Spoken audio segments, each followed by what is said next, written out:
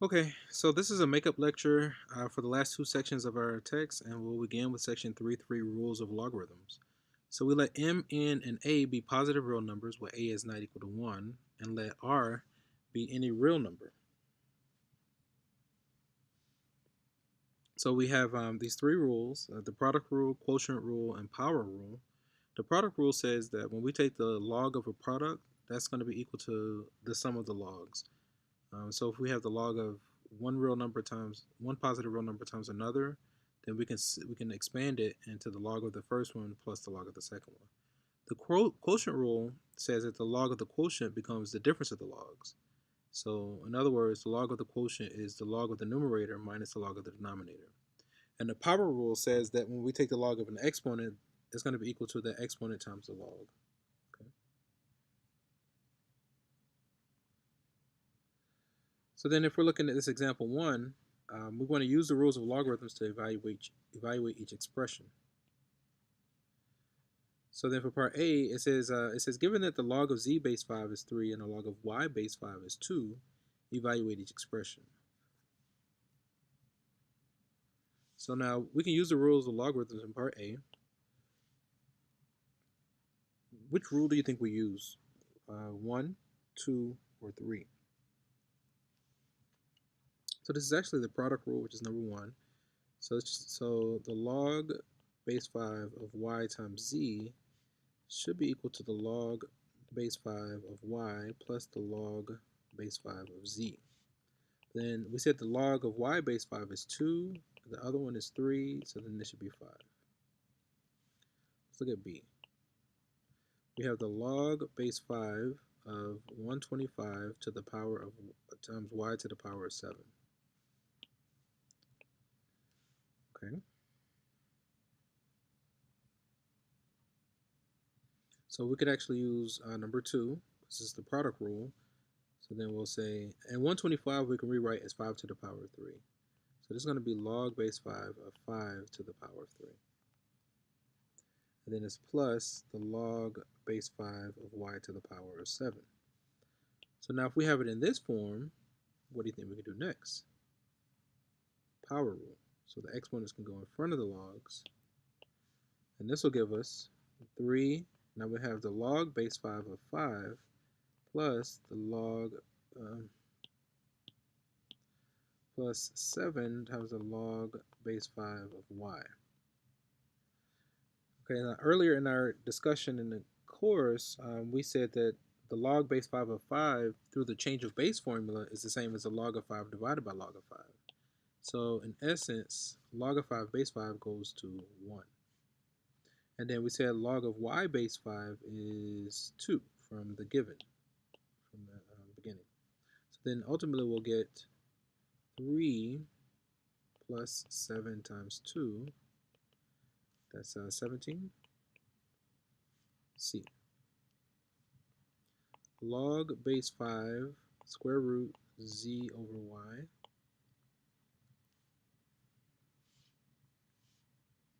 So this is the same as log base 5 of z over y to the power of a half. And again, that half can go in front of the log, and that'll give us 1/2 times the log base 5 of z over y, but then we can use the quotient rule. And we'll get 1/2 log base 5 of z minus the log base 5 of y. So then that's going to be 3 minus 2, and that result is 1/2. And then D, we have the log base 5 of z to the power of 1 over 30 is y to the power of 5. So then ultimately we'll get 1 over 30 times the log base 5 of z plus 5 log base 5 of y. But then that's going to be equal to log base 5 of z is 3, so that's going to be 1 over 30 times 3 plus 5 times 2, and that result should be 10.1.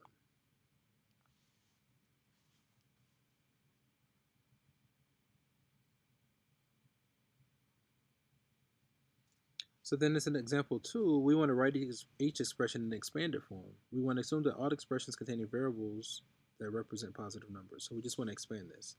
So now if we're looking at the first one, that's going to be equal to, it's going to be log base 4 of 5 plus 3 log base 4 of x plus log base 4 of y. So we just used two rules, of the power rule and the product rule.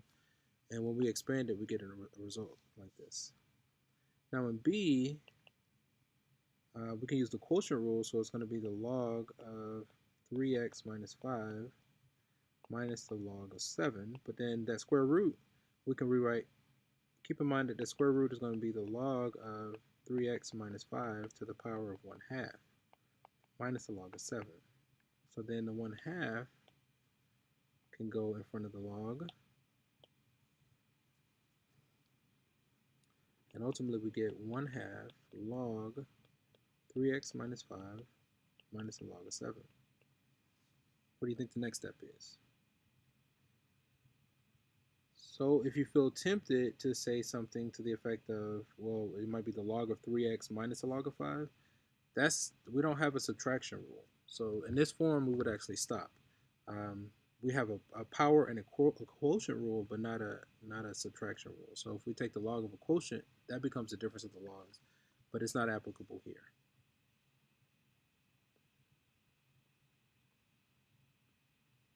So now in this example, we want to write each expression in condensed form. So we want to kind of work in reverse. Now look at the first one.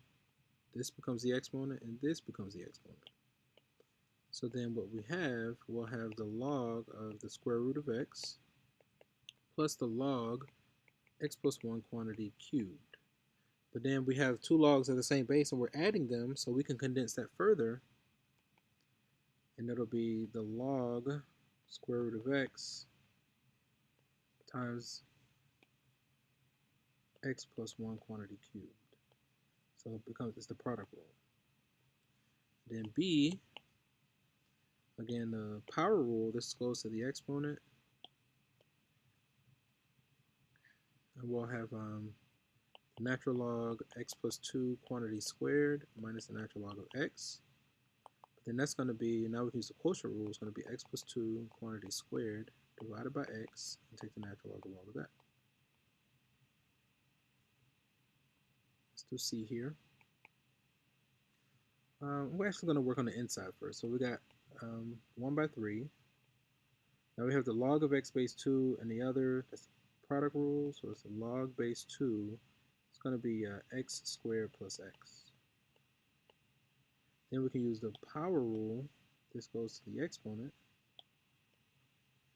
And we'll get log base 2 of the cube root of x squared plus x. Then d, so we have the log of x minus 2 log x plus 1. So again, power rule, this 2 can go to the exponent. So then we'll get, it'll be the log of x minus the log x plus 1 quantity squared.